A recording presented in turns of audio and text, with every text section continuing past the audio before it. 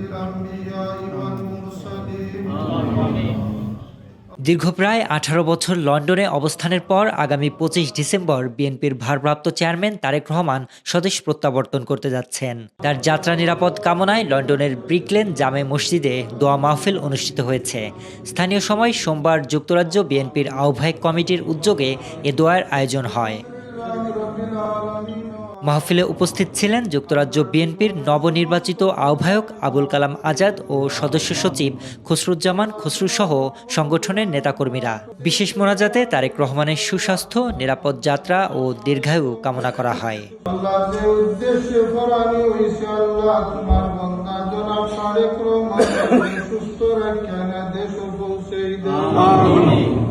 আল্লাহ দেশ যাওয়ার পথে যত জাতের বাধা বিপত্তি আছে তুমি সবটাকে হেফাজত ফরমাও।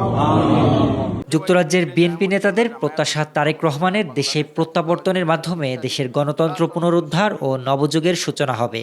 আমরা আশা করব জনাব তারেক রহমান সাহেব বাংলাদেশে পৌঁছার পরে বাংলাদেশে আবার নবযুগের সূচনা হবে, গণতন্ত্রের যাত্রা শুরু হবে এবং সেই যাত্রা ইনশাআল্লাহ অব্যাহত থাকবে।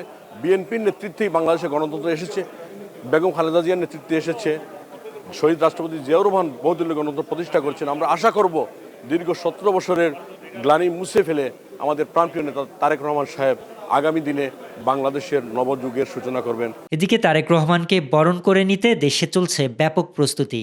বিএনপির নেতাকর্মীরা তাকে বরণ করে নিতে বিশেষ সংবর্ধনা অনুষ্ঠানের আয়োজন করছে। এদিন রাজধানীর ৩০০ ফিট এলাকায় একটি সংক্ষিপ্ত সমাবেশে তাকে সংবর্ধনা দেওয়া হবে। এছাড়া তার আগমন ঘিরে নেওয়া হয়েছে বাড়তি নিরাপত্তা ব্যবস্থা।